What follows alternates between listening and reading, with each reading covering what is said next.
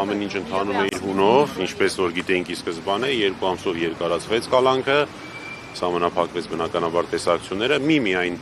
ուրախալի բան ունեմ ասելու, որի միջնորդությունը քրոջ երեխաներին տեսակցելու մասով բավարարվեց։ Միայն քրոջ երեխաները կարողանան այցելել։ Դե որոշում, գիտեք, չեմ ստացել որոշումը, ընդհանրապես հրապարակվեց որոշումը 2-3 ժամվա մեջ պատրաստ կլինի, կվերցնենք, կարդանք, տեսնենք ինչ են գրել։ Իսկ պլանակի հետ կապված պարզվեց ի վերջո։ Տեսեք,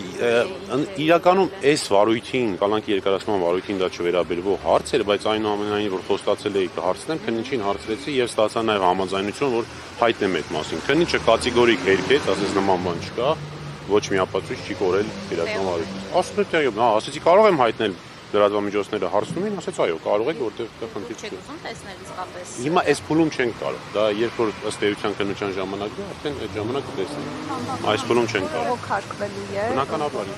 իհարկե։ Բայց իրենց որոշումը ստանալու։ Հա, դեպքի ստանանք, որ իմանանք ինչ են գրել, որ իմանանք ինչը բողոքարկենք, էլի։ Բաբան, իսկ ձեր կարծիքով, քանի որ նշում եք, որ որևէ հիմք չկա նրան կալանքի տակ պահելու, սրանով ինչ հարցեր լուծվում։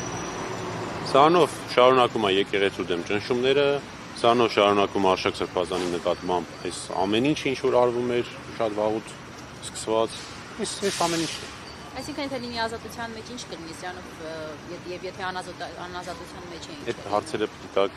ապօրինի անազատության մեջ պահողներին եւ նման հրաման տվողներին։ Ես ինչ գիտեմ իրաց մտքով ինչ է։ Այս պահին չունենք որոշում, այս պահին միայն եզրափակիչ մասն հրապարակում, որ երկարացվում է։